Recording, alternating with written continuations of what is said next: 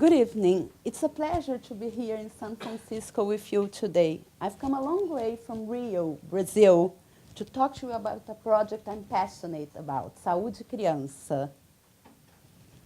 Over the years, research has proven that health has as much to do to social, financial, and environmental determinants as it does with genetics. But medical care has yet to catch up. Health systems all over the world have been working very well to treat symptoms and cure disease. But then, when people are released from the hospital, they go back to the same situation that made them ill in the first place.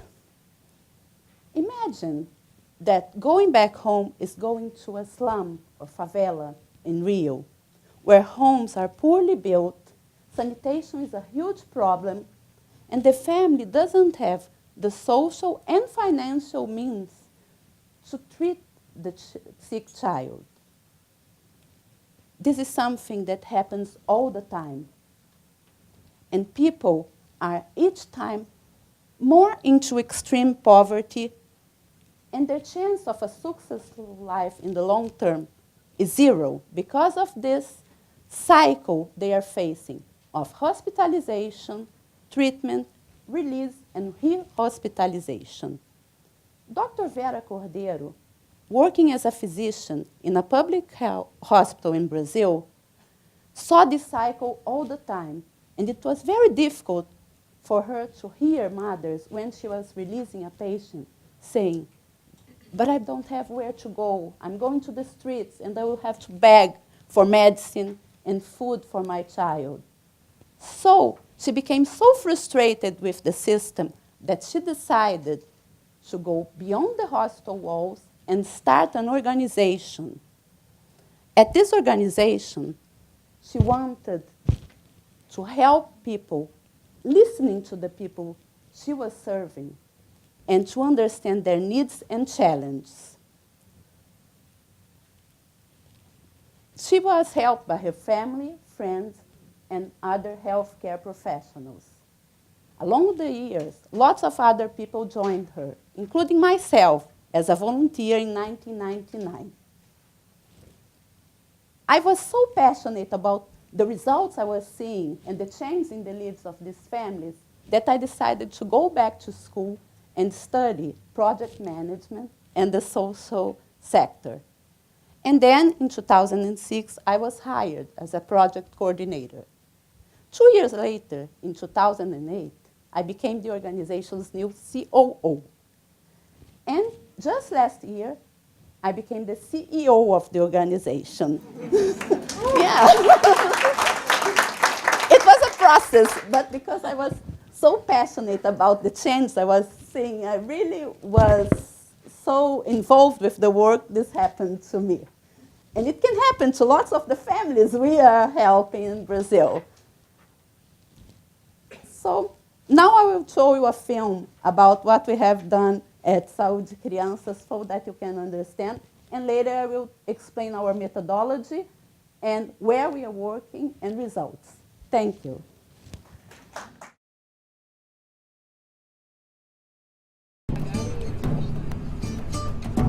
Brazil is such a divided country and such an inequality, one of the worst in the world. In Rio de Janeiro, we have around 10 million people. 1/3 of the population live in the miserable condition. If something happens to these families that live below the poverty line, they have no slack. These families facing terrible choices, feeding a child versus buying medicine for another child. I can solve things that are related to disease in the hospital. But outside the hospital, it's the real world. They leave the hospital and they can die anyway because they do not eat well, because they don't have enough money to get back to the hospital to continue the treatment. I saw this vicious cycle, hospitalization, rehospitalization many times, and I knew we need to do something. At Renascer, we decided to change completely the environment where the children and the poor family live. And to change completely, we have to work in many areas in a very integrated form.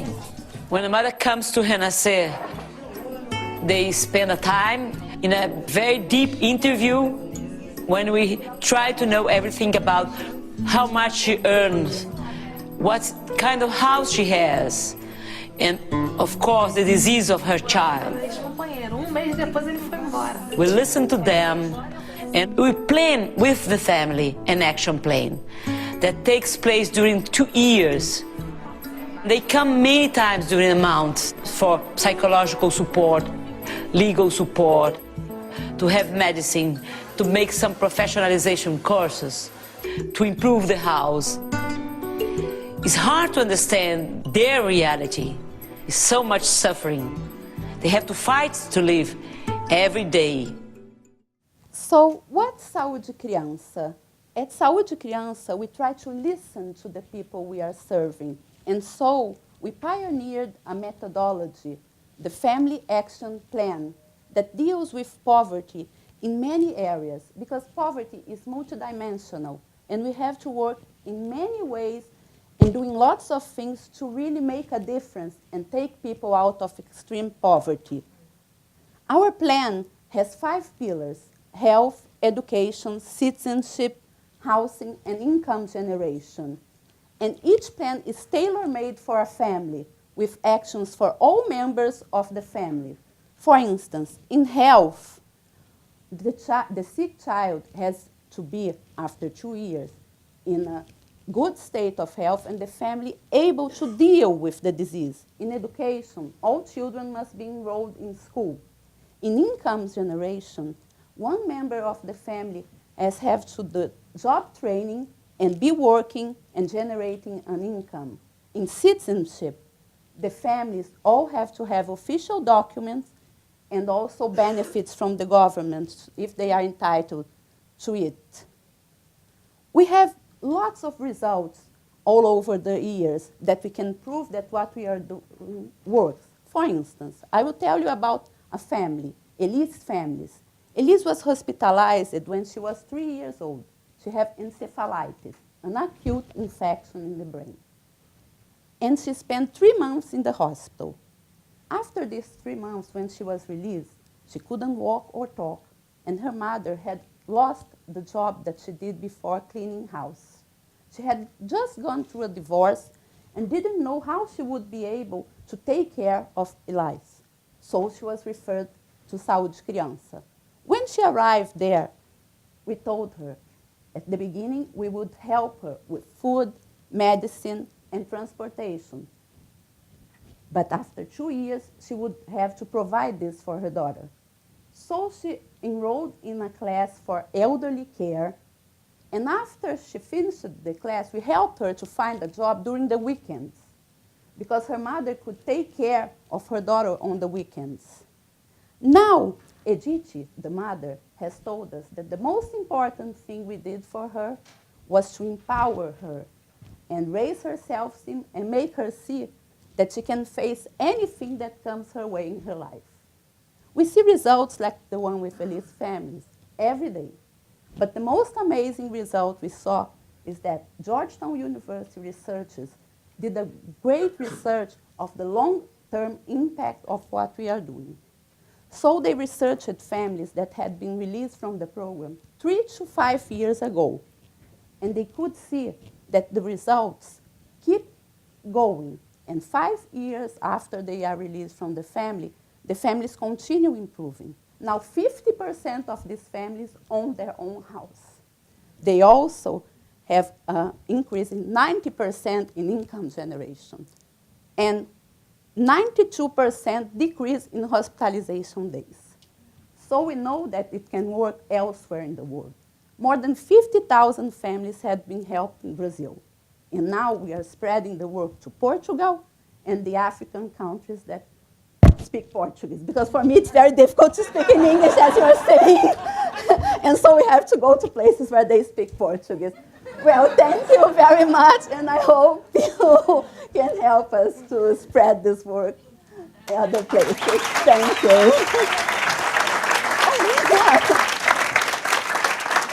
Well, I forgot about the questions. So if somebody has a question, feel free to ask. Okay. What are Saúde Criança's plans to expand out of Brazil to other parts of either countries or communities? Yes. Now we are going to Portugal because they speak Portuguese there. And so we have 10 institutions that already are NGOs in Portugal that are learning our methodology and will start applying it in their work in Portugal, Angola, and Mozambique. So this is our big expansion plan for this year. And this is where we would use money that we would get here to expand it to other countries. Because we know that what we are doing in Brazil is something that can be done elsewhere. This problem exists even here in the States. Lots of people, when they have sick children, lose their jobs and they need a help so that they can get back in track.